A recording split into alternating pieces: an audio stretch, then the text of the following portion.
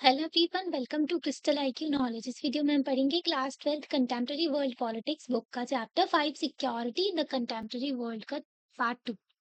तो इससे पहले वाले पार्ट में जो हमने आधा चैप्टर कवर किया था, तो उसमें हमने सिक्योरिटी का मीनिंग है ना, ये सारी चीजें जान ली थी। फिर हमने जो ट्रेडिशनल नोशन देखा था सिक्योरिटी का, जिसमें जो है आर्म्ड फोर्सेस की बात करते हैं, मिलिट्री वगैरह का यूज करते हैं। ठीक है, बाहर वाला स्टेट जो है हमारे ऊपर अटैक ना कर दे, एक कंट्री दूसरी कंट्री के ऊपर अटैक ना कर दे, ये चीजों की बात की जाती है यहाँ पर। ठीक है, तो ट्रेडिशनली जो है इस तरीके से सिक्योरिटी को देखा जाता है। कई सारी ट्रीटीज के बारे में भी हमने पढ़ा था। ओके, जैसे कि जो है स्टार्ट ट्रीटी के बारे में पढ़ा था, है ना? एनपीटी के बारे में बताया था हमने आपको, नॉन प्रोलिफिकेशन जो ट्रीटी है। ओके, ये देखो एनपीटी के बारे में दिखाया था, है ना? बताया था जो न्यूक्लियर को रोकने की बात करते हैं, न्यूक्लियर पावर को। पर इसको बहुत बायस्ड ट्रीटी कहा जाता है, ये भी हमने आपको समझाया था, है ना? क्योंकि ये डोमिनेंस क्रिएट करती है, ओनली 5 कंट्रीज जो है परमानेंट मेंबर्स उनके पास में बस रहेंगे फिर। जो न्यूक्लियर वेपन्स बाकी सारी जो कंट्रीज़ हैं, वो लोग जो पोज़ेस नहीं कर सकते, ठीक है? जो न्यूक्लियर वेपन, तो स्टार ट्रीटी के बारे में भी हमने पढ़ा था। ओके, अब हमें देखना था नॉन ट्रेडिशनल नोशन। तो नॉन ट्रेडिशनल में क्या-क्या चीज़ें आती हैं सिक्योरिटी के? तो इसमें जो है हम मिलिट्री वगैरह से मिलिट्री थ्रेट के बारे में बात नहीं करते, इससे और जो दूसरी चीज़ों के बारे में बात करते हैं। दूसरे जो थ्रेट्स हैं, जो खतरा है, जो डेंजर है, ठीक है? जो अफ़ेक्ट करते हैं ह्यूमन एक्सिस्टेंस को।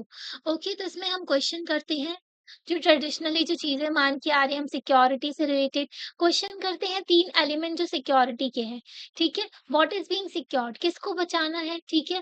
From what kind of threat, किस किस तरीके के खतरे से बचाना है, एंड अप्रोच किस तरीके से लेना है हमें सिक्योरिटी का। ओके, तो सिक्योरिटी किसके लिए, ठीक है? इन ट्रेडिशनल जो सिक्योरिटी जो हम ट्रेडिशनल में पढ़ते थे, जो पहले से चला आ रहा है पुराने टाइम पर, है ना? तो वो सिक्योरिटी कंसेप्शन में हम मानते हैं कि स्टेट और उसकी टेरिटरी को, गवर्निंग इंस्टीट्यूशन को बचाना ज़रूरी है ना? जो कंट्री हो गई, ठीक है? कंट्री में गवर्नमेंट है, ओके? कंट्री की पूरी टेरिटरीज़, जैसे कि हमारा भारत है, तो भारत जो है, ठीक है? अंडमान निकोबार हमारे आइलैंड्स हैं, है ना? और जो हो गया अंडमान निकोबार, लक्षद्वीप हमारे आइलैंड है, तो पूरा टेरिटोरियल एरिया को कवर करती हैं भारत के, है ना? तो इसको प्रोटेक्ट करना ज़रूरी है। तो ऐसे लेते हैं हम ट्रेडिशनल नोशन ऑफ सिक्योरिटी को, ओके? अब देखते हैं हम नॉन ट्रेडिशनल कंसेप्शन में और ज़्यादा एक्सपेंड करते हैं हम। तो इसमें हम बात करते हैं traditional for who, security for who? Security किसके लिए? नॉन ट्रेडिशनल सिक्योरिटी में जो रिप्लाई किया जाता है कि सिर्फ स्टेट की सिक्योरिटी की बात नहीं करते हैं, यहाँ पर इंडिविजुअल, कम्युनिटीज़ जो हैं, ठीक है? ह्यूमन काइंड, पूरे जो है मानव जाति के बारे में बात करते हैं यहाँ पर, ठीक है? नॉन ट्रेडिशनल में।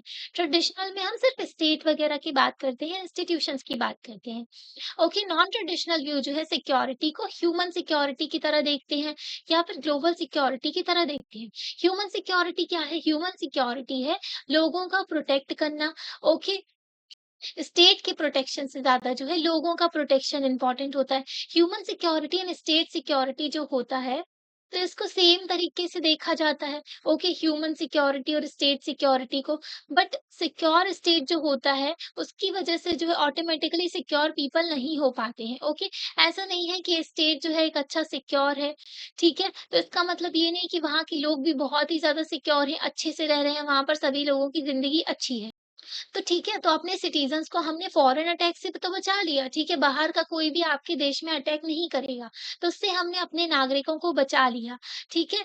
तो ये सिर्फ़ कंडीशन नहीं होती है सिक्योरिटी की, ये तो ज़रूरी होता है, इसके साथ-साथ जो है और भी चीज़ें ज़रूरी होती हैं, पर सफिशिएंट नहीं होती है, ठीक है? आपने बाहर से बचा लिया लोगों को, ओके, कि बाहर के लोग जो है अटैक ना करें, बट गवर्नमेंट से कौन बचाएगा, ठीक है? आप कह सकते हो कि बाहर का कोई हमारे ऊपर अटैक नहीं करेगा, ठीक है? हमारे लोगों के ऊपर, हमारे सिटीज़न्स के ऊपर इंडियन सेफ है। पर अगर गवर्नमेंट ही अटकी करने लगे, गवर्नमेंट ही लोगों को मारने लगे, फिर क्या करोगे?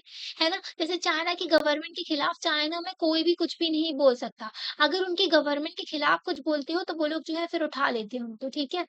जैसे कि चाइना में जो है रोहिंग्या रोहिंग्या नहीं, उइघुर उइघुर कम्युनिटी है, तो उनको जो भई प्रोटेक्शन तो प्रोवाइड नहीं करता है, माइनॉरिटी कम्युनिटी है चाइना की, उनके ऊपर अत्याचार करता है, उनको जो है गायब करवा देता है, ठीक है? मरवा देता है उनको। ऐसे ही जो है हमें देखने को मिलता है, पाकिस्तान में माइनॉरिटी कम्युनिटी के ऊपर अत्याचार हो रहा है, बांग्लादेश में हो रहा है ना? तो गवर्नमेंट से कौन बचाएगा उनको, है ना? तो अगर देखें 100 सालों में पिछले 100 सालों में बहुत सारे लोगों की जान गई है उनकी खुद की गवर्नमेंट के हाथों रेदर देन फॉरेन आर्मीज़। तो फॉरेन आर्मीज़ तो भई बाहर से बाउंड्री से जो लड़ाई झगड़ा होता है थोड़ा-थोड़ा, पर जो है सबसे ज़्यादा जान तो गवर्नमेंट खुद ही ले लेती है अपने नागरिकों की, है ना? तो जब हम सिक्योरिटी की बात करते हैं तो ह्यूमन सिक्योरिटी में सबसे ज़्यादा इम्पोर्टेंट होता है प्रोटेक्शन ऑफ इंडिविजुअल्स की जो इंसानों जो है एक इंसान जो है उसका प्रोटेक्शन की बात करते हैं। ओके डिफरेंसेस आते हैं कि किस खतरे से इंडिविजुअल को बचाना है, ये भी तो देखना पड़ेगा कि कौन-सा खतरा है ना? तो प्रोपोनेंट्स जो होते हैं narrow concept of human security पे फोकस नहीं करना है। मतलब कि जो नैरो कांसेप्ट देखा जाता है मतलब छोटे तरीके से देखा जा रहा है जब हम मतलब हमारा सोचने का दायरा छोटा है, जब हम ह्यूमन सिक्योरिटी को देखते हैं, तो हम सिर्फ यही खतरा देखते हैं ह्यूमन सिक्योरिटी पे कि वॉयलेंट ना हो, उनको मारा ना जाए, उनको पीटा ना जाए, ठीक है? वॉयलेंट थ्रेट ना हो इंडिविजुअल के लिए। जो मार-मार के जो खतरा पहुँचा रहे हैं, वो ना हो। तो जो यूएन सेक्रेटरी जनरल थे, कोफी अन्नान पुराने जो सेक्रेटरी जनरल थे, वो कहते हैं protection of communities and individual from internal violence. तो जो देश के अंदर इंटरनली जो वायलेंस हो रहा है, उससे प्रोटेक्ट करना है इंडिविजुअल्स को, कम्युनिटीज़ को। ठीक है? ये हो गई नैरो डेफिनिशन कि हम सिर्फ वायलेंस वाली चीज़ों की बात कर रहे हैं। वायलेंस के अलावा भी चीज़ें होती हैं, जिसकी वजह से ह्यूमन सिक्योरिटी को खतरा पहुँचता है। तो जब हम ब्रॉड चीज़ों को देखते हैं ना, बड़े नज़रिया से एक्सपेंड करते हैं, जब अपने दिमाग के हॉरिज़ॉन को और बढ़ाते हैं और सोचते हैं, तो ह्यूमन सिक्योरिटी में बहुत सारी चीज़ें आती हैं। जैसे कि हंगर, ठीक है? अगर इंसान के पास में खाना ही नहीं है, भूख से वो मर रहा है, तो क्या ये ह्यूमन सिक्योरिटी है? नहीं, ये ह्यूमन सिक्योरिटी नहीं है, ठीक है? जैसे कि ट्रॉपिकल रीजन में, गरीब कंट्रीज़ में देखें, तो बहुत सारे लोगों की जान जाती है डिसीज़ से। कोविड की वैक्सीन इतनी जल्दी बन गई क्योंकि ये जो है अमीरों को अफ़ेक्ट कर रहा था, ठीक है? ये जो है भेदभाव नहीं कर रहा था किसी के साथ भी, चाहे अमीर हो, रिच हो या फिर कोई पुअर हो या फिर कोई डेवलपिंग कंट्री में हो या कोई भी डेवलप्ड कंट्री में हो, सबको चपेट में ले रहा था कोविड, ठीक है? इसलिए इसके ऊपर इतना ज़्यादा देखा गया और इसलिए इसकी वैक्सीन बनी। वरना ऐसी कई सारी बीमारी हैं जो डेवलपिंग कंट्रीज़ में हैं, ठीक है? जो पुअर पीपल जिसको झेलते हैं, उनके लिए जो है ज़्यादा रिसर्च एंड डेवलपमेंट नहीं होता है, उनके लिए सालों लग जाती है दवाई बनने में, ठीक है? कोविड की कितनी फटाफट बना ली थी, सब लोग लग गए थे इसको बनाने में दवाई।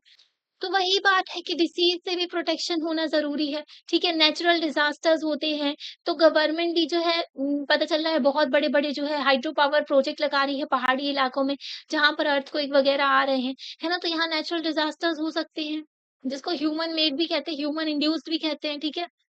ह्यूमन इंड्यूस्ड डिजास्टर्स तो प्रोटेक्शन करना लोगों का ऐसे जो है पहले चेक कर लेना एनवायरमेंटल वल्नरेबिलिटी देख लेना वहां पर कि कहीं वो जो है डिजास्टर प्रोन जोन तो नहीं है ना? अगर नेचुरल डिजास्टर होता है तो लोगों को रिहैबिलिटेट करना, है ना? उनको पहले उनको बचाना, फिर उनकी जिंदगी दोबारा से सुधारना, ठीक है? तो कई सारे लोगों की इससे जान जाती है रेदर देन वॉर। अगर वॉर के कंपेयर में हम कंपेयर करते हैं जीनोसाइड और टेररिज्म तीनों को मिलाते हैं ना, उससे ज्यादा जान तो भाई हंगर डिसीज और नेचुरल डिज़ास्टर ले लेते हैं। ऐसे ही ना ऐसा भी बोला जाता है कि टेररिज्म जो है लोगों को मुद्दा जो है भटकाने के लिए भी यूज़ करते हैं। टेररिज्म होता है, ऐसा नहीं है कि नहीं होता है।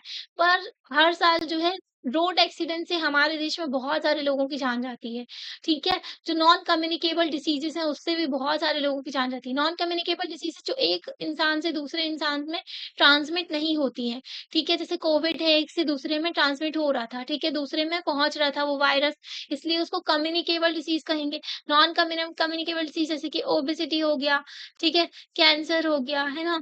डायबिटीज़ हो गया, ऐसी डिसीज़ है जो कि इंसान के अंदर ही रहती है, ठीक है? छूने से नहीं फैलती हैं। तो ऐसा कहा जाता है कि इन चीज़ों से ज़्यादा जान जाती है। तो वैसे ही यहाँ पर बात की गई कि जीनोसाइड वॉर और टेररिज्म को भी हम मिला देंगे ना, उससे ज़्यादा जान तो है हंगर, डिसीज़ और नेचुरल डिज़ास्टर्स ले जाते हैं लोगों की। ह्यूमन सिक्योरिटी पॉलिसी आर्ग्यू करते हैं कि लोगों को प्रोटेक्ट करना है इन थ्रेट से, ठीक है? और वॉयलेंस से भी, तो सारी चीज़ों से प्रोटेक्ट करना है। हमें हंगर नहीं होना चाहिए, लोगों को खाना मिले, फूड मिले, ठीक है? फूड सिक्योरिटी हो लोगों के लिए, शुरू में हमने आपको एक्सप्लेन किया था कि फूड सिक्योरिटी होना भी ज़रूरी है। एजुकेशन मिले, हेल्थ मिले, लोगों की अच्छी ज़िंदगी हो और उसके साथ-साथ जो है वॉयलेंस वगैरह से प्रोटेक्ट करना उनको, क्राइम वगैरह ना हो ज़्यादा। तो सब चीज़ों में ह्यूमन सिक्योरिटी होनी चाहिए। ह्यूमन सिक्योरिटी के एजेंडा में जो है इकोनॉमिक सिक्योरिटी भी आती है, ठीक है? कि जो है पता चला गरीब है इंसान तो भई उसके तो क्या ही बोले फिर, है ना? सोसाइटी में कैसी ही कंडीशन देखने को मिलती है। ओके, थ्रेट जो होता है ह्यूमन डिग्निटी को, ओके? कि ह्यूमन डिग्निटी भी होनी चाहिए, ह्यूमन डिग्निटी को खतरा होता है तो उसको भी ह्यूमन सिक्योरिटी में जो है एजेंडा में इंक्लूड किया है। ओके, ठीक है? तो यहाँ पर 2 चीज़ों पे फ़ोकस दिया गया है, फ्रीडम फ्रॉम वांट, ठीक है? और फ्रीडम फ्रॉम फियर। ओके, एक तो हो गया डर, जब डर की बात कर रहे हैं तो वॉयलेंस वगैरह और कई चीज़ों का डर हो सकता है ना? जैसे कि म्यांमार में देखें तो मिलिट्री उनके ऊपर खुद उनकी देश की खुद की मिलिट्री उनके ऊपर अत्याचार कर रही है।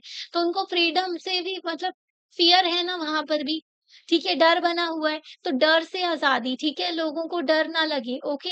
वो खुल के अपनी लाइफ़ को एन्जॉय कर सकें, ओके? किसी का डर ना हो उनके ऊपर कि कोई उनको ज़बरदस्ती जैसे पुलिस से लोग डरते हैं, तो डर लगता है ना क्योंकि पुलिस जो है उनकी इमेज ही ऐसी है, वो लोग करप्शन करते हैं, मारपीट करते हैं, लोगों को फालतू में अरेस्ट करते हैं, जबकि हमारा कानून जो है इनको इतनी पावर नहीं देता है, ठीक है?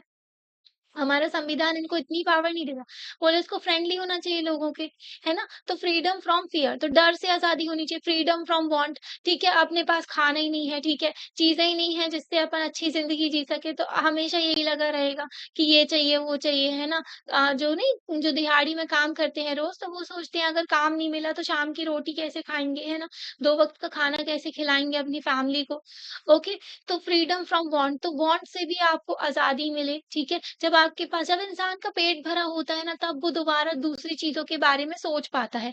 ओके, जब भूख लगी होगी ना, तो कहते हैं ना भूखे पेट भगवान के भजन नहीं होते। ओके, तो ऐसी चीज़ें देखने को मिलती हैं। Idea of the global global security का जो आइडिया है 1990s में निकल के आया था, response to global nature of threat, ठीक है? जब ना पूरी दुनिया को खतरा है किसी चीज से, तब निकल के आया ग्लोबल सिक्योरिटी का कंसेप्ट 1990s में। ओके, तो इसमें हम बात करते हैं किसकी कि ग्लोबल नेचर जो मतलब कि सभी पूरी दुनिया को खतरा पहुंचा रही है। ग्लोबल वार्मिंग, क्लाइमेट चेंज होगा तो ऐसा नहीं कि अमीर देश जो है बच जाएंगे और गरीब देश हैं, आइलैंड नेशंस हैं, तो वो सारे लोग बस अफ़ेक्ट होंगे इससे, ठीक है? सभी लोग अफ़ेक्ट होंगे। क्लाइमेट चेंज हो रहा है, ठीक है? कैलिफ़ोर्निया में देखा कितनी भयंकर आग लगती है जंगलों में, है ना? जो कई सारे जो है छोटे-छोटे आइलैंड्स हैं, पलाव हो गया, इंडोनेशिया हो गया, तो कई सारे आइलैंड्स जो डूब रहे हैं, ओके? जो है हीट वेव्स देखने को मिल रही है, नॉर्मल टेम्परेचर से जो है 5 से 4 डिग्री जो है और बढ़ा हुआ टेम्परेचर और ज़्यादा, ओके? और जो कंटीन्यूअसली बढ़ता जा रहा है टेम्परेचर, तो ये सारी चीज़ें देखने को मिल रही है, लोगों की हेल्थ भी अफ़ेक्ट हो रही है इससे। International टेररिज़्म, okay? टेररिज़्म जो है ना जब यूएस के ऊपर अटैक हो गया, पहले ये डेवलप्ड कंट्रीज़ मानते ही नहीं थे कि टेररिज़्म एक बड़ी प्रॉब्लम है। इंडिया बोलता रहता था कि भई हाँ, टेररिज़्म भी है, ये भी लोगों को अफ़ेक्ट करता है, इससे लोगों की जान जाती है। ये एक बहुत बड़ी प्रॉब्लम है। पर डेवलप्ड कंट्रीज़ जो हैं वेस्ट के जैसे कि यूएस वग़ैरह हो गई, यूरोप की, ये लोग नहीं मानते थे। जब 2001 में यूएस के ऊपर अटैक हो गया ना, तब इनको समझ में आया कि टेररिज़्म जो होता है, ठीक है? टेररिज़्म अफ़ेक्ट कर सकता है। हेल्थ एपिडेमिक्स जैसे कि एड्स हो गया और बर्ड फ्लू हो गया, तो ये फैलने वाली जो बीमारियाँ हो जाती हैं, ठीक है? तो इनसे भी जो है जो ग्लोबल प्रॉब्लम है ये, ओके? कोई एक कंट्री इस प्रॉब्लम्स को सॉल्व नहीं कर सकती है, ओके? तो सारी कंट्रीज़ को साथ में आना पड़ेगा जैसे कि हेल्थ की एपिडेमिक्स आ जाती ना, कोविड की पैंडेमिक आई थी, तो सभी देशों को साथ में आना पड़ा था, है ना? सभी लोगों को साथ में काम करना पड़ा था। तो ऐसी सिचुएशंस में एक कंट्री जो है तो लोगों को इसका जो कंट्रीज़ को ना इसका हर्जाना भुगतना पड़ता है, ठीक है? कुछ कंट्रीज़ को ज़्यादा भी भुगतना पड़ता है जब एनवायरमेंटल डिग्रेडेशन होता है। ठीक है, यहाँ पर एग्ज़ाम्पल भी दिया हुआ है ग्लोबल वार्मिंग की वज़ह से सी लेवल बढ़ रहा है, ठीक है? मतलब कि जो समुद्र का लेवल है ना बढ़ता जा रहा है, ठीक है? ज़मीन डूबती जा रही है। 1.5 से लेकर के 2.0 मीटर्स तक बढ़ गया है, जिसकी वजह से फ्लड भी आई, 20% एरिया जो है बांग्लादेश का वहाँ पर, ठीक है? तो इनंडेट हो गया मालदीव्स जो है पूरा मतलब कि मालदीव्स अभी देख रहे हैं तो बढ़ रहा है, ठीक है? सी लेवल बढ़ रहा है, डूब रहा है। थ्रेट कर रहा है half of the population, Thailand की पॉपुलेशन अफेक्ट हो रही है इससे। ओके, इंडोनेशिया ने तो अपनी कैपिटल भी शिफ्ट कर दी थी, क्योंकि जो है वहाँ डूब रहा है उनका आइलैंड, ठीक है? तो ये प्रॉब्लम जो है ग्लोबल नेचर की है। इंटरनेशनल कोऑपरेशन इसमें बहुत ज़रूरी है।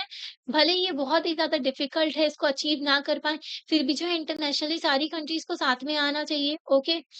और ये मुश्किल होता है क्योंकि जैसे कि अभी देखो ट्रम्प कहते हैं कि क्लाइमेट चेंज वग़ैरह खुद कुछ नहीं होता है, नेचर अपने आप को खुद ठीक कर लेगा। तो क्लाइमेट चेंज वग़ैरह कुछ नहीं होता, ट्रम्प ऐसा कहते हैं। तो अगर ऐसा माइंडसेट रहेगा सभी लोगों का, तो फिर ग्लोबल वार्मिंग तो होनी है, ठीक है? न्यू सोर्सेज ऑफ थ्रेट, और भी नए-नए चैलेंजेस निकल के आ रहे हैं, नए-नए खतरे निकल के आ रहे हैं। नॉन ट्रेडिशनल कंसेप्शन में हमने देखा human security and global security पे हम फोकस करते हैं। ठीक है, चेंज जो हो रहा है नेचर ऑफ सिक्योरिटी, ठीक है, nature of threats to security, है ना? तो हम डिस्कस करते हैं कुछ थ्रेट्स के बारे में, जो नए-नए थ्रेट्स हैं, ओके?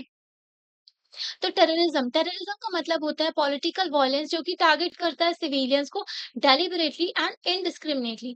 तो भाई जानबूझ के लोगों को मारा जा रहा है यहाँ पर, ठीक है, बिना डिस्क्रिमिनेट किए हुए, कोई बच्चा हो, कोई बूढ़ा हो, कोई औरत हो या फिर कोई आदमी हो, किसी भी रिलीजन को हो, किसी भी कास्ट का हो, किसी भी नेशनैलिटी का हो, सबको उठा करके मार दिया जाता है इसमें टेररिज्म में।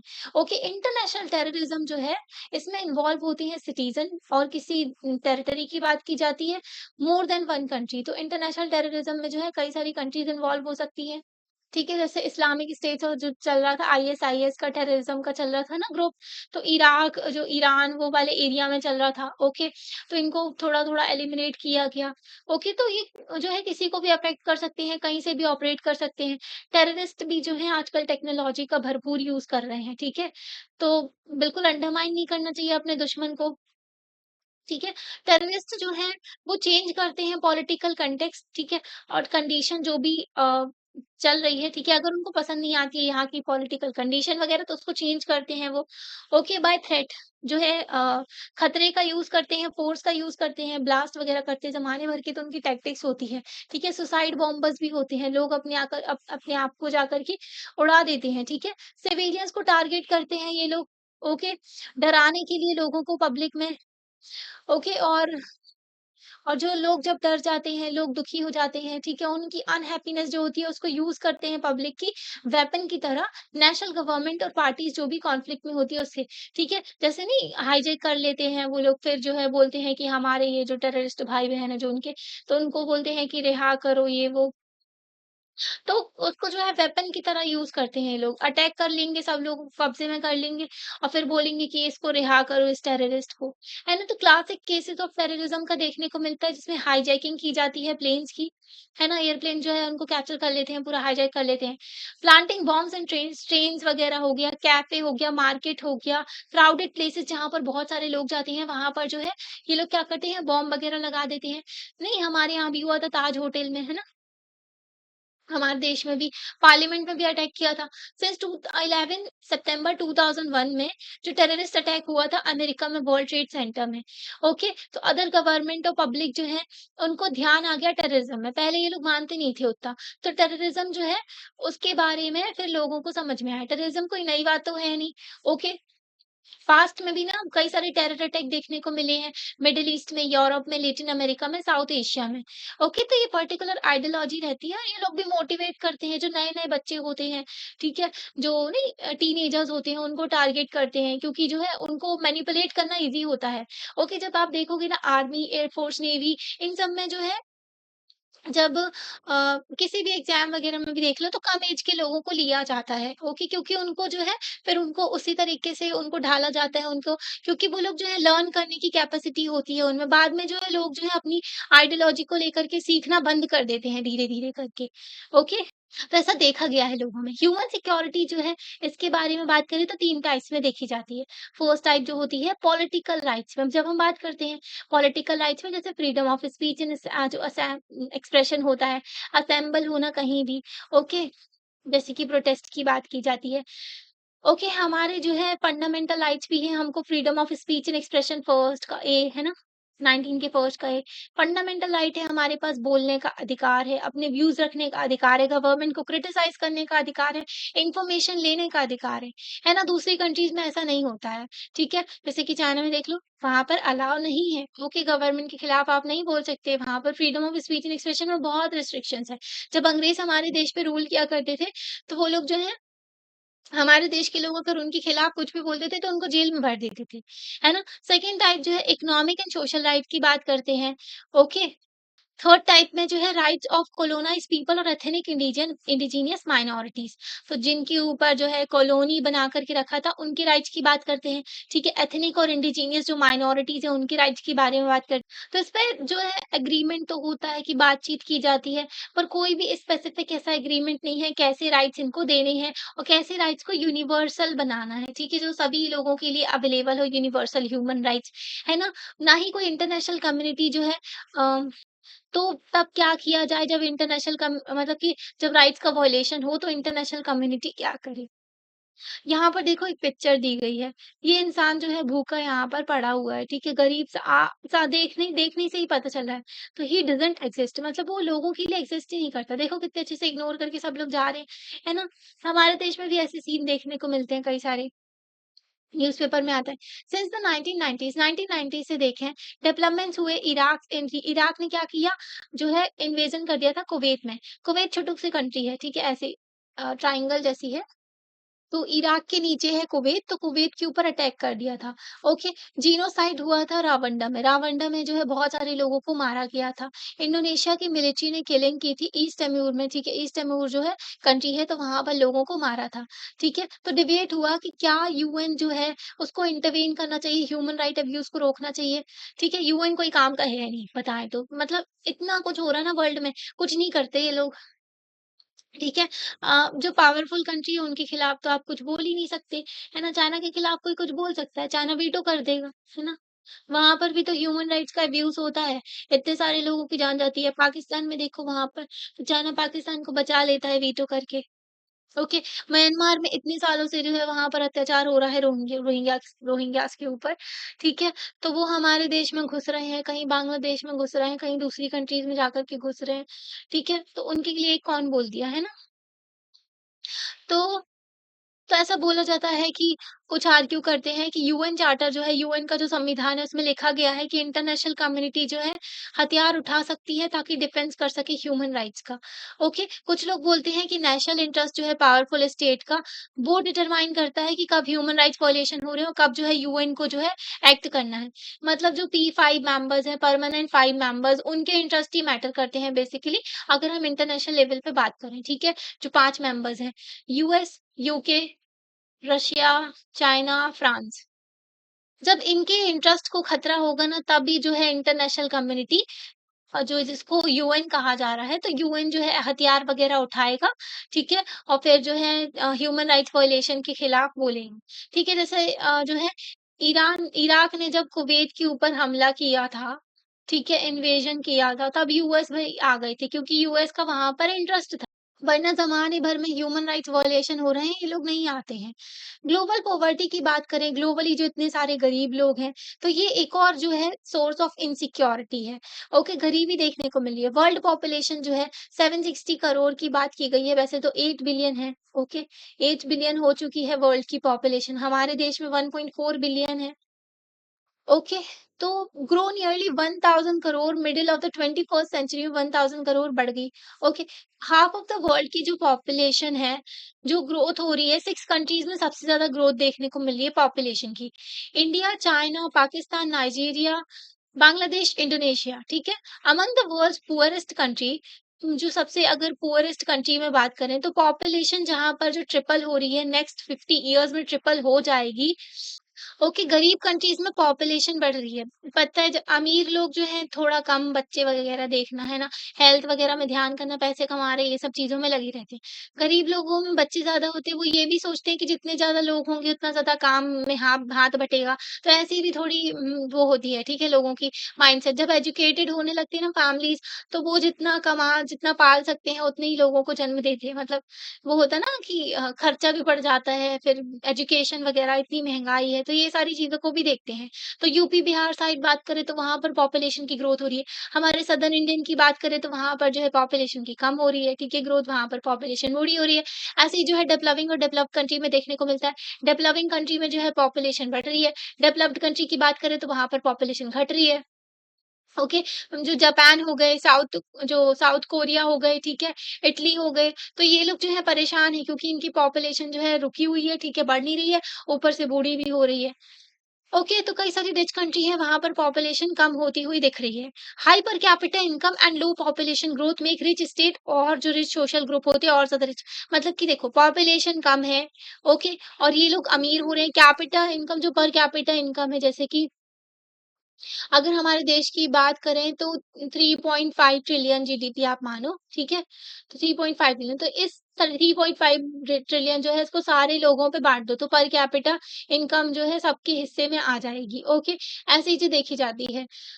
तो ये पर कैपिटा इनकम लोगों की बढ़ रही है, अमीर कंट्रीज़ की बात कर रहे हैं, ठीक है? तो वो और रिच होते जा रहे हैं, ओके? वहाँ पे जो सोशल ग्रुप है और रिच होते जा रहे हैं, उनकी इनकम जो है, अगर दूसरी तरफ हम बात करें low income high population growth, जो हमारे देश में भी देखने को मिल रही है और दूसरी कंट्रीज में भी देखने को मिल रही है, डेवलपिंग कंट्रीज में। ओके, कह रहे हैं अब अफ्रीका में सबसे ज्यादा जो है यंग पॉपुलेशन देखने को मिलेगी।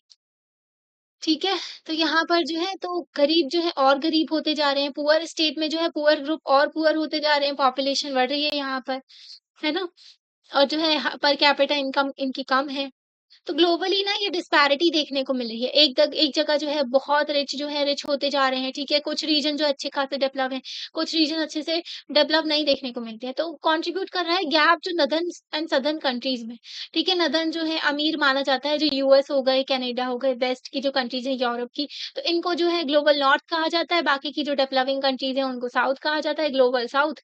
ओके, तो डिस्पैरिटीज़ देखने को मिल रही हैं।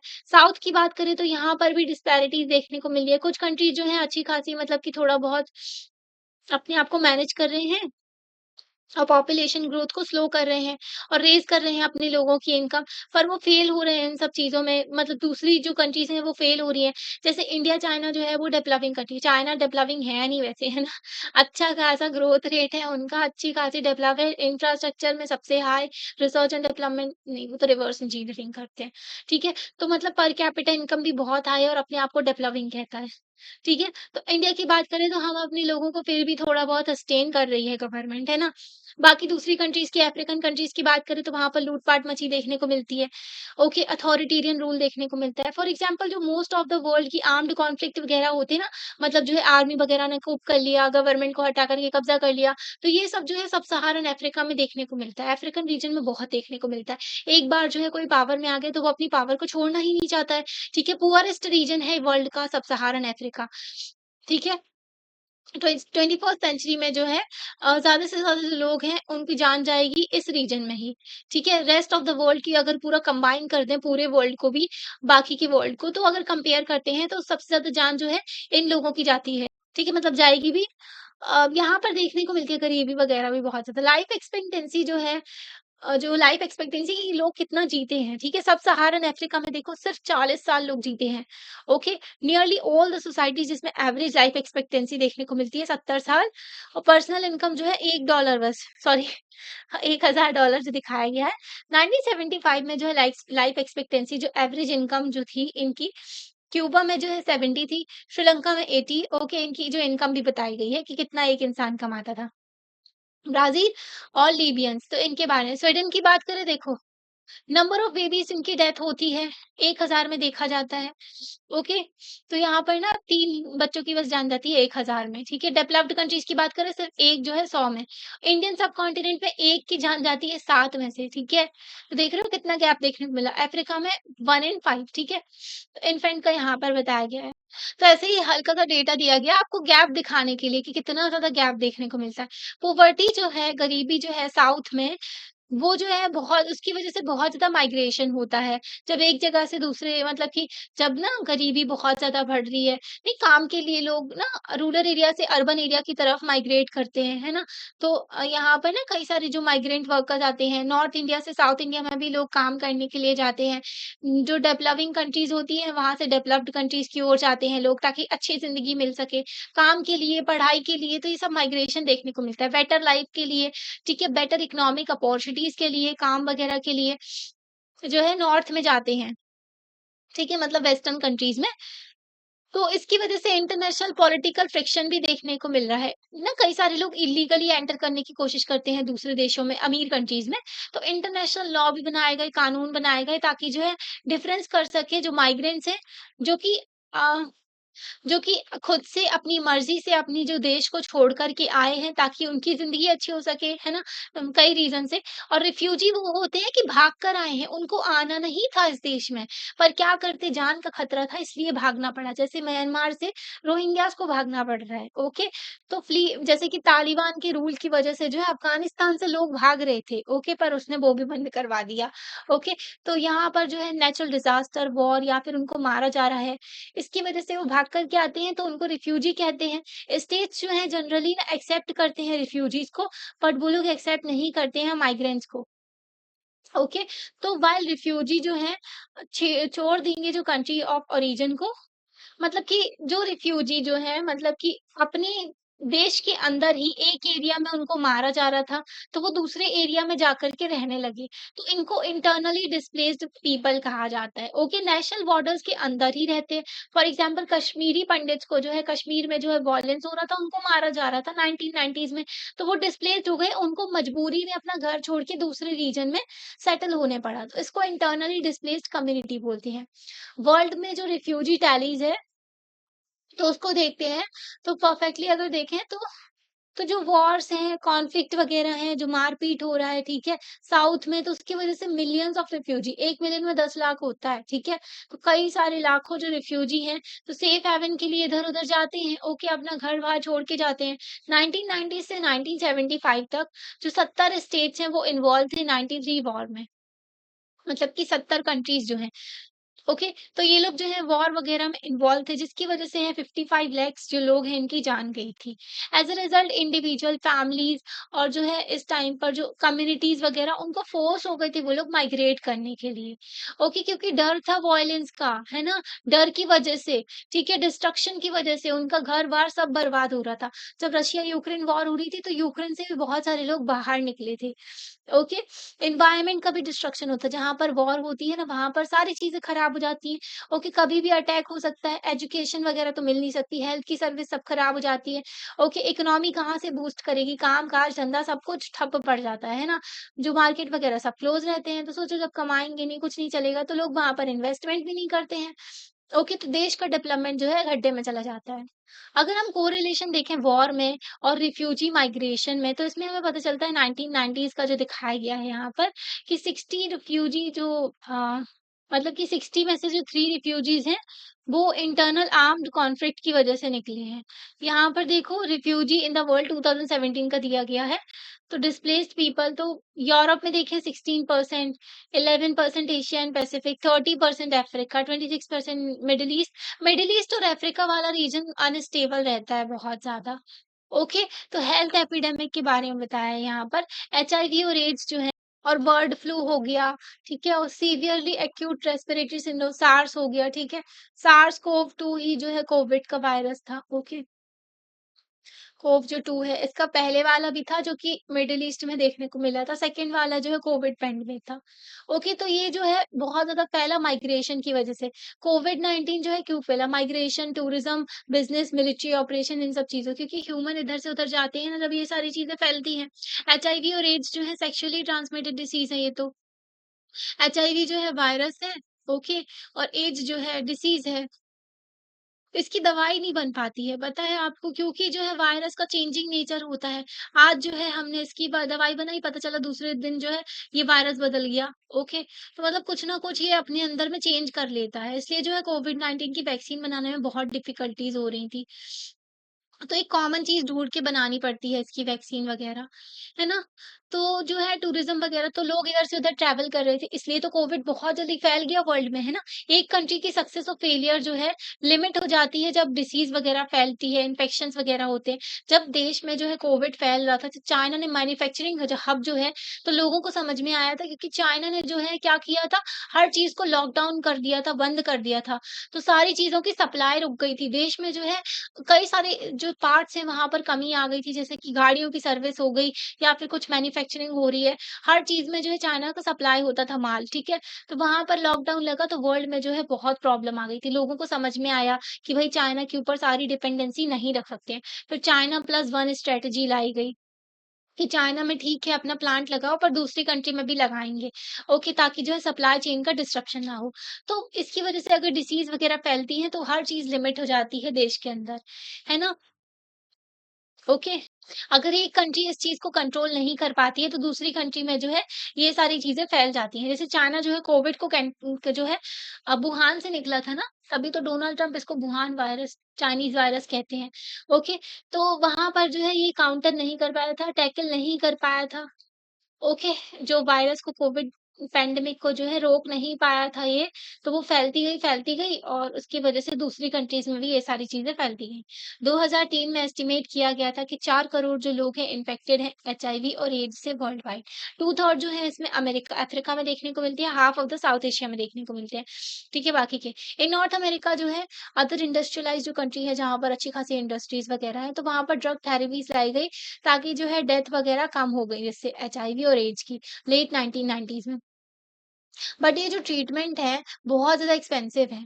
ओके, तो जो गरीब कंट्रीज़ हैं वहाँ पर ये सारी चीज़ें नहीं चल पाती हैं, ठीक है? क्योंकि वो पे नहीं कर पाएँगे, वो प्रॉफिट नहीं होगा, ठीक है? दवाई वाले जो बना रहे हैं उनको, तो वो लोग क्यों करेंगे ये जो मतलब ये जो मेहरबानी है ना कि फ्री में दवाई बाँटे। तो देखने को मिला कि मेजर फैक्टर जो है डिप्राइव होता है रीजन में बैकवर्ड मतलब जिसकी वज़ह से वो लोग और ज़्यादा गरीब हो जाते हैं, ठीक है? डिसीज़ वग़ैरह को टैकल नहीं कर पाएँगे तो और ज़्यादा प्रॉब्लम निकल के आएगी उनके देश में, है ना? अफ्रीका में कई सारी बीमारी ऐसी है, ट्रॉपिकल रीजन में बेसिकली पाई जाती है। ये देखो ये इक्वेटर हो गया, Tropic of Cancer, Tropic of Capricorn तो यहाँ पर गर्मी, हीट, बारिश बहुत ज़्यादा रहती है। ओके, तो इन रीजन में ना एक तो ह्यूमिडिटी भी बहुत रहती है और गर्मी भी बहुत रहती है जिसकी वज़ह से लोगों की एफिशिएंसी भी बहुत कम होती है। ओके, और इसकी वज़ह से यहाँ पर बीमारियाँ वग़ैरह भी बहुत होती हैं जिसको नेग्लेक्टेड ट्रॉपिकल डिसीज़ेज़ भी कहा जाता है। ठीक है, तो इसमें एशिया अफ्रीका वाला रीजन आता है। तो other new and poorly understood disease है जैसे कि नई-नई डिसीज़ेज़ निकल के आ रही हैं, कोरोना निकल के आया था, है ना? जिसने सबको रुला दिया था। इबोला वायरस, हैंटा वायरस निकल गया, हेपेटाइटिस जो कि लिवर को अफ़ेक्ट करता है। ओके, व्हाइल जो ओल्ड डिसीज़ेज़ भी हैं जैसे कि ट्यूबरक्लोसिस हो गया, हमारे देश में अभी भी टीबी है जिसको एंड करने का टारगेट रखा है 2025 तक, जिसको हम अचीव कर लेंगे 2030 तक, है ना? क्योंकि हमारे देश के लोग जो हैं फिर करेंगे नहीं ना इसलिए पहले से ही रख दिया टारगेट ताकि 30 तक तो अचीव कर ही लेंगे। वर्ल्ड लेवल पे 2030 है टारगेट। तो और भी डिसीज़ जैसे कि मलेरिया हो गया, है ना? मच्छरों को फिर भी थोड़ा बहुत टैकल कर सकते हैं। डेंगू फीवर, कोलेरा हो गया, तो ये जो है इसकी वज़ह से ये लोग क्या करते हैं म्यूटेट करते रहते हैं। अपना वायरस जो होता है चेंजिंग नेचर होता है, ये अपने आप को जो है मतलब कि ये जो है ढाल लेते जैसे नहीं मच्छर जो है पहले मॉर्टिन लगाते थे, फिर मॉर्टिन से भी वो नहीं डरता अब, है ना? मॉर्टिन से भी वो अच्छा खासा निकल के आ जाता है, मॉर्टिन उसका कुछ नहीं कर पाती है ना? तो उसने अपने आप में वो रेज़िस्ट कर लिया, अपने आप को उस एनवायरनमेंट के अकॉर्डिंगली ढाल लिया है ना? तो ड्रग रेज़िस्टेंस देखने को मिलता है, डिफ़िकल्ट हो जाती है ट्रीट करना ऐसी डिसीज़ेज़ को, है ना?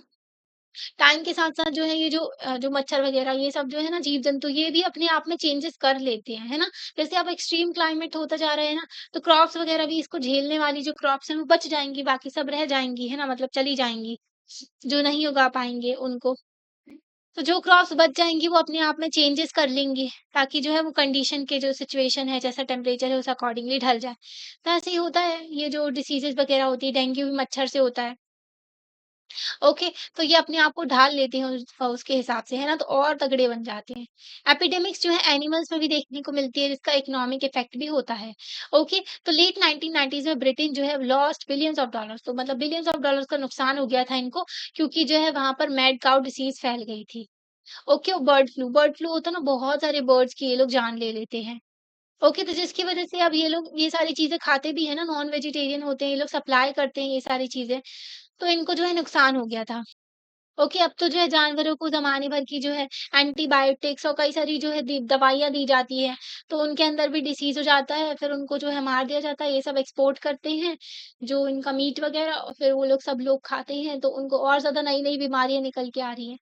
है ना? तो ऐसी एपिडेमिक्स जो हैं डेमॉन्स्ट्रेट करती हैं, दिखाती हैं कि जो इंटरडिपेंडेंस जो है स्टेट की मतलब दिखाते हैं कि भई वर्ल्ड कितना कनेक्टेड है। एक जगह कोविड आया तो सब में फैल गया, है ना? बर्ड फ्लू आया, कोई भी वायरस आ रहा है, पूरे में फैल रहा है ना? तो वन नेशन वन हेल्थ का कॉन्सेप्ट भी निकल के आया था, ठीक है? वन नेशन वन हेल्थ की बात की गई थी कि हमें जो है सबके ऊपर फ़ोकस करना है। सॉरी ये तो हमारे देश का है वन नेशन। वन वर्ल्ड की बात कर रहे थे, वन वर्ल्ड वन हेल्थ, ठीक है? तो इसको सपोर्ट कर रहा है डब्ल्यूएचओ। ओके, हम अपने देश के बारे में भी ये कर रहे थे, बाकी ये जो है वन वर्ल्ड वन हेल्थ की बात कर रहा है डब्ल्यूएचओ, ओके? तो ऐसे टैकल करने के लिए ही ग्लोबल प्रॉब्लम्स को टैकल करने के लिए आता है।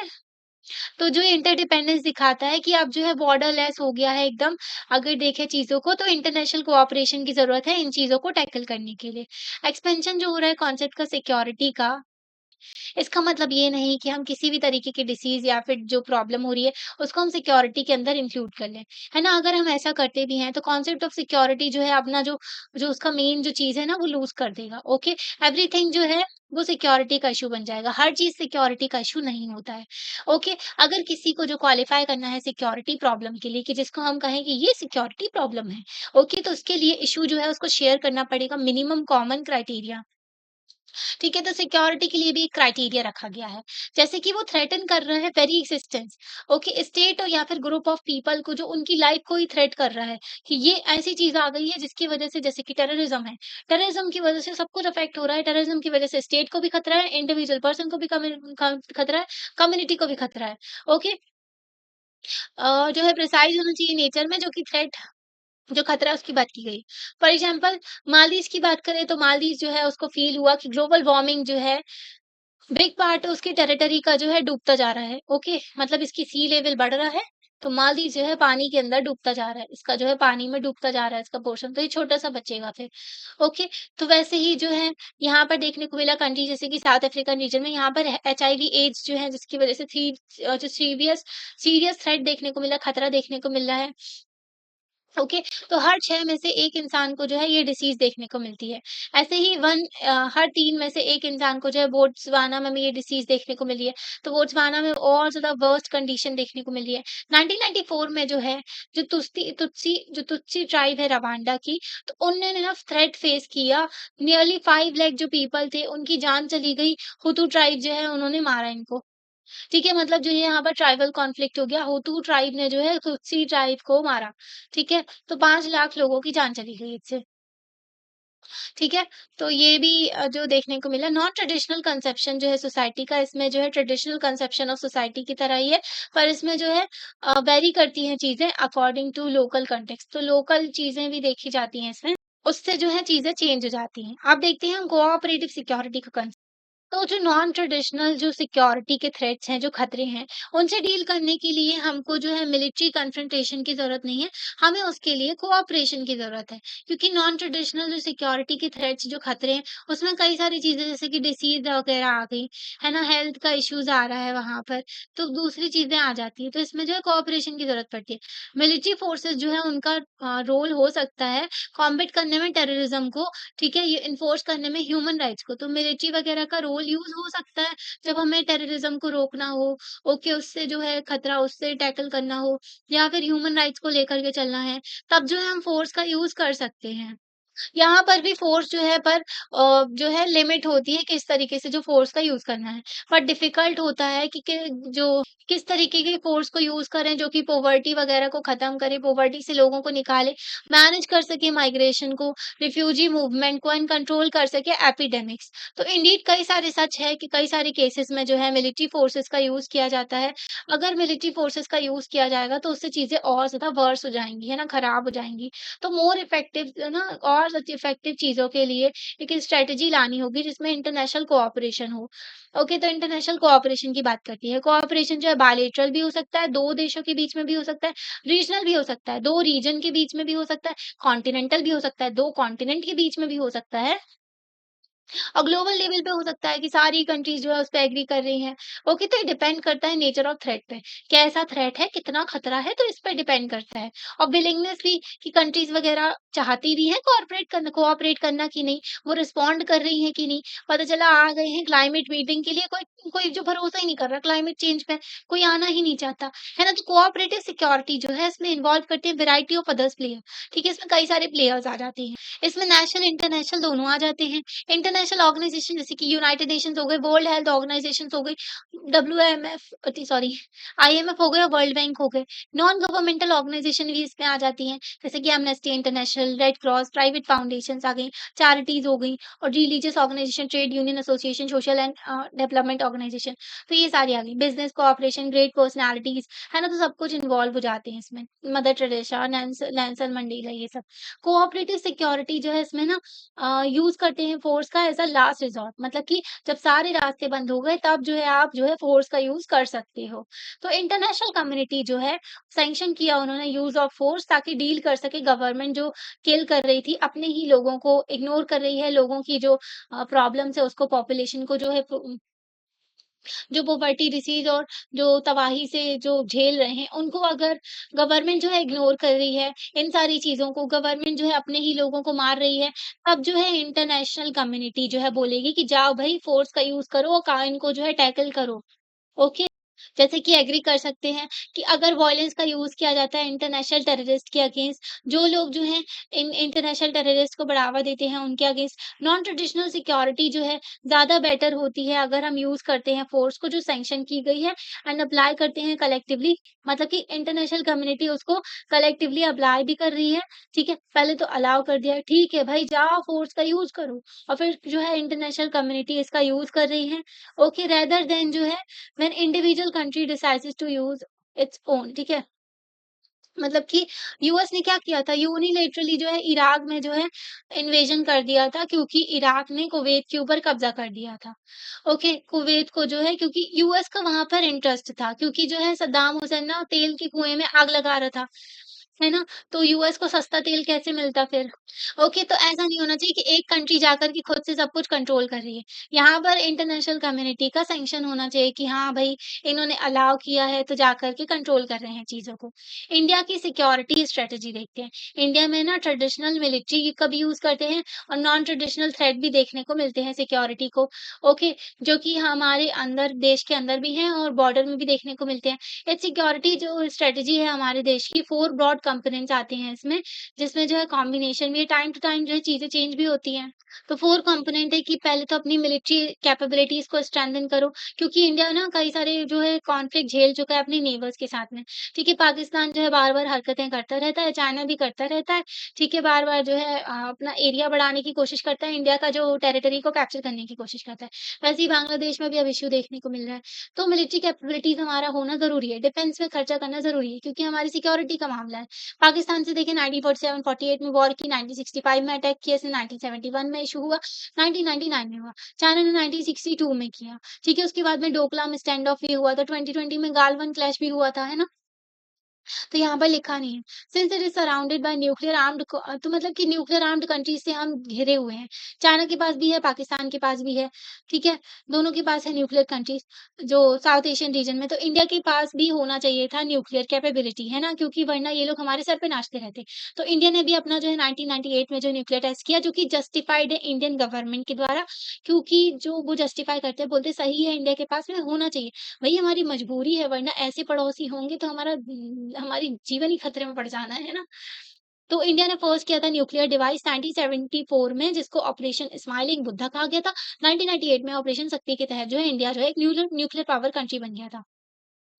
सेकंड कंपोनेंट है इंडिया की जो सिक्योरिटी स्ट्रेटजी का स्ट्रेंथन करना इंटरनेशनल नॉर्म्स को भी, है ना? इंटरनेशनल नॉर्म्स जो है इंटरनेशनल इंस्टीट्यूशन है, उनको भी पावरफुल होना चाहिए। उनको उनके अंदर भी चेंजेस होने चाहिए, वो भी जो है स्ट्रांग हो, ठीक है? ताकि प्रोटेक्ट कर सके सिक्योरिटी इंटरेस्ट को। इंडिया के प्राइम मिनिस्टर जो थे first prime minister Jawaharlal Nehru, तो इन्होंने सपोर्ट किया था कॉज़ ऑफ एशियन सॉलिडारिटी कि एशियन वाले सब साथ में आएँ, ठीक है? डीकोलोनाइजेशन को सपोर्ट किया था कि जो लोगों को आज़ादी मिले, है ना? जो कॉलोनी बना कर के रखी है, वो सब आज़ाद हो जाएँ। डिसआर्मामेंट की बात करते हैं कि जो वेपन्स जो हैं, मास डिस्ट्रक्शन के वेपन्स हैं, उनको छोड़ा जाए, त्यागा जाए, है ना? यूएन में रिफ़ॉर्म की बात भी करते हैं, इंटरनेशनल यूएन जो है इसको फोरम की तरह देखते हैं, जो कि इंटरनेशनल कॉन्फ्लिक्ट वगैरह को सेटल कर सकता है। ठीक है, इन्होंने अपना फ़ेथ दिखाया था, इनको भरोसा था कि हाँ, यूएन जो है सॉल्व कर देगा चीज़ों को, पर इनको पता नहीं था क्या कि यूएन जो है कोई काम का नहीं है। मतलब कश्मीर के मुद्दे को भी लटका दिया। सरदार वल्लभ भाई पटेल कह रहे थे कि हमारा इंटरनल मैटर है, हम अपनी फ़ोर्सेस को भेज कर के सेटल कर लेंगे। ठीक है, पर जो प्राइम मिनिस्टर थे उस टाइम पर ना जवाहरलाल नेहरू, तो उन्होंने बोला नहीं हम यूएन में लेकर जाएँगे, यूएन जो है सब सेट कर देगा। पर यूएन ने ऐसा अटकाया कि अटके हुए हैं अपन, है ना? इंडिया जो है तो इंडिया ने बोला कि जो इनिशिएटिव लेकर के आओ ताकि जो है यूनिवर्सल एंड नॉन डिस्क्रिमिनेटरी, ठीक है, किसी के साथ भी भेदभाव ना करे और ग्लोबली एप्लीकेबल हो, नॉन ग्लोरिफिकेशन रिजीम, ठीक है, तो इसको लेकर के आओ जिसमें सारी कंट्रीज जो है उनको सेम तरीके के राइट्स एंड ऑब्लिगेशन हो with weapons of mass destruction. ठीक है, न्यूक्लियर, बायोलॉजिकल और केमिकल। क्या होता है कि एनपीटी हमने आपको बताया था, नॉन प्रोलिफरेशन जो ट्रीटी है 1968 की, तो ये बहुत बायस्ड ट्रीटी है। ये कहती है कि जो वर्ल्ड की 5 कंट्री जो कि 1967 से पहले जिसने न्यूक्लियर टेस्ट कर लिया है, वो न्यूक्लियर वेपन रख सकता है। 1967 के बाद में जिसने न्यूक्लियर टेस्ट किया है, उसको वेपन नहीं रखना चाहिए। ठीक है, तो ये क्या बात हुई भैया, है ना? तुम तो बस जो है लोगों की डोमिनेंस एस्टेब्लिश कर रहे हो 5 कंट्रीज़ की, है ना? तो हमारे पड़ोसी तो इतने बदतमीज़ है कि हमको न्यूक्लियर वेपन रखना ज़रूरी है ना? तो आर्ग्यू करते हैं कि equitable new international economic order लेकर के आया जाए। ओके, तो यूज़ करते हैं नॉन अलाइनमेंट, ताकि जो है हमने जो है नॉन अलाइनमेंट का भी यूज़ किया, ताकि जो है एरिया ऑफ पीस हमारी सिक्योरिटी पॉलिसी के बारे में बता रहे हैं टाइम के साथ-साथ, है ना? जैसे 1968 में हमने क्रिटिसाइज़ किया, हमने न्यूक्लियर वेपन वगैरह बनाए। ओके, अब यहाँ पर बात की जा रही है कि नॉन अलाइनमेंट की पॉलिसी लेकर के चले हम 1961 में, जब यूएस और यूएसएसआर जो है ग्रुप्स में डिवाइडेड थे लोग, तो हम बोल रहे थे कि हम किसी की तरफ नहीं हैं, हम जो है पीस की तरफ हैं, ओके? हम जो है शांति की तरफ है, तो हमारे साथ कई सारी जैसे इंडोनेशिया हो गया, ऐसे कई सारे देश जो है हमारे साथ जुड़ गए थे नॉन अलाइन्ड मूवमेंट में। ओके, दोनों सुपर पावर्स को हमने जॉइन नहीं किया था। इंडिया ने जॉइन किया था 160 कंट्रीज़ को और जो है साइन किया और रेटिफाई किया 1997 में जो है क्योटो प्रोटोकॉल को। जो क्योटो प्रोटोकॉल है उसमें बात की गई है कि ग्रीन हाउस गैस एमिशन जो है उसको कम करना है। ओके, चेक में लाना है, ऐसा ना हो कि इतनी ज़्यादा ग्रीन हाउस गैसेस बढ़ जाए कि क्लाइमेट जो है बढ़ता जाए और ग्लोबल वार्मिंग हो जाए, है ना? इंडियन ट्रूप्स जो है तो इंडिया इसको रेटिफाई भी किया, इंडिया इस चीज़ों को सपोर्ट करता है। इंडिया का टारगेट भी है 2070 तक जो है हमें नेट जो ज़ीरो तक पहुँचना है, ठीक है? इंडिया जो है अपने सोल्जर्स को भेजता है यूएन पीस कीपिंग मिशन में जो है हम कंट्रीब्यूट करते हैं 2007 में जो है ऑल वुमेन कंटिंजेंट भी हमने भेजा था। ठीक है? तो पीस बनाने का काम करते हैं, इनको ब्लू हेलमेट्स भी कहा जाता है। ठीक है? तो कोऑपरेटिव सिक्योरिटी इनिशिएटिव में हम सपोर्ट भी करते हैं। थर्ड कंपोनेंट जो हमारी इंडियन सिक्योरिटी स्ट्रैटेजी का है, तो पहला तो हो गया कि जो अपनी मिलिट्री कैपेबिलिटीज़ को बढ़ाना, है ना? अच्छे से रखना, ताकि जो हम अपने नेबर्स वगैरह जो अपनी सिक्योरिटी बना कर के रख सकें, है ना? काउंटर कर सकें उनको। सेकंड चीज़ है इंटरनेशनल जो है कमिटमेंट्स वगैरह, इंटरनेशनल जो कन्वेंशन है और इंटरनेशनल इंस्टीट्यूशन वगैरह, है ना? तो उनको जो है स्ट्रेंथन करना, इनको पावरफुल होना चाहिए। थर्ड चीज़ हम देखते हैं कि सिक्योरिटी चैलेंजेज़ हैं उनको मीट करना, जो हमारे देश के अंदर हैं।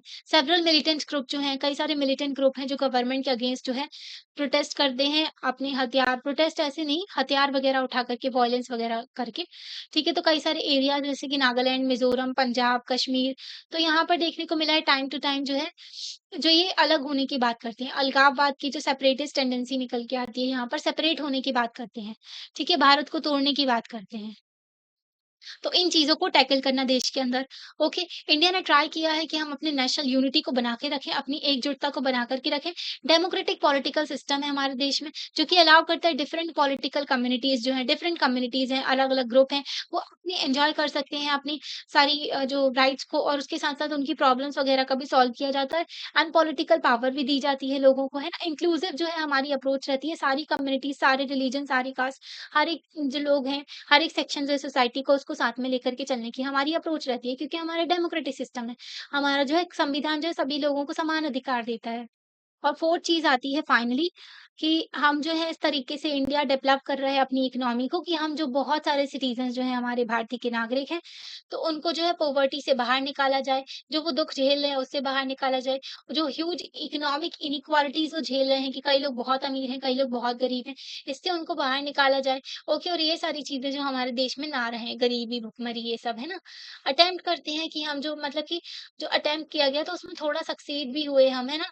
तो हम एडवांस कर रहे हैं, इस तरफ निकल रहे हैं ताकि जो है हम गरीबी वगैरह खत्म कर सकें अपने देश में, इनइक्वालिटी को खत्म कर सकें, जो भेदभाव होता है ऊँच-नीच, जो गरीबी और जो ये सारी चीज़ें हैं, ठीक है? ये डेमोक्रेटिक पॉलिटिक्स जो है अलाउ करती है space for articulating the voice of the poor and the deprived citizen. तो हमारे यहाँ जो है डेमोक्रेसी है, तो डेमोक्रेसी में हर एक इंसान को बोलने का अधिकार होता है। तो लोगों जो गरीब लोग हैं उनकी आवाज़ भी गवर्नमेंट तक पहुँचे, ठीक है? जिनके साथ में गलत हुआ है, डिप्राइव्ड हैं, जिनको चीज़ें नहीं मिलती हैं, ओके? तो जिनको रिसोर्सेज़ की कमी है, ठीक है? जिनके साथ में गलत हो रहा है, सबकी आवाज़ पहुँचे, है ना? तो प्रेशर होता है डेमोक्रेटिकली इलेक्टेड गवर्नमेंट के ऊपर कि वो कंबाइन करे इकोनॉमिक ग्रोथ को विद ह्यूमन डेवलपमेंट।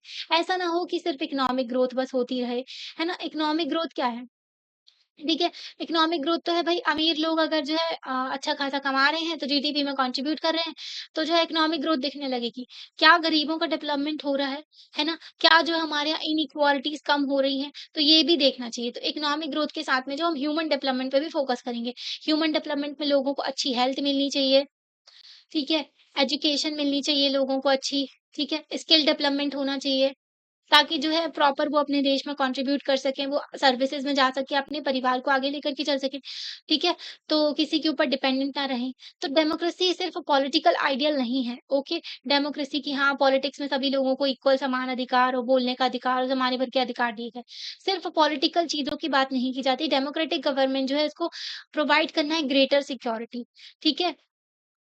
तो आप जो है और ज़्यादा पढ़ोगे इसके बारे में, फेलियर के बारे में, सक्सेस के बारे में जो इंडियन डेमोक्रेसी की है, ओके? तो ये जो आपने पढ़ चुके हो वैसे तो हमने पढ़ा चुके हैं ये बुक में, ठीक है? तो politics in India since independence book में आप देख भी सकते हो, हमने सारे लेक्चर्स पढ़ाए हुए हैं, तो प्लेलिस्ट में सेव हैं। ओके, तो चैप्टर हो गया है कंप्लीट। तो आपको कैसा लगा एक्सप्लेनेशन आप लाइक करके बता सकते हो, चैनल को सब्सक्राइब भी कर सकते हो और अपने फ्रेंड्स के साथ में शेयर भी कर सकते हो। Thank you.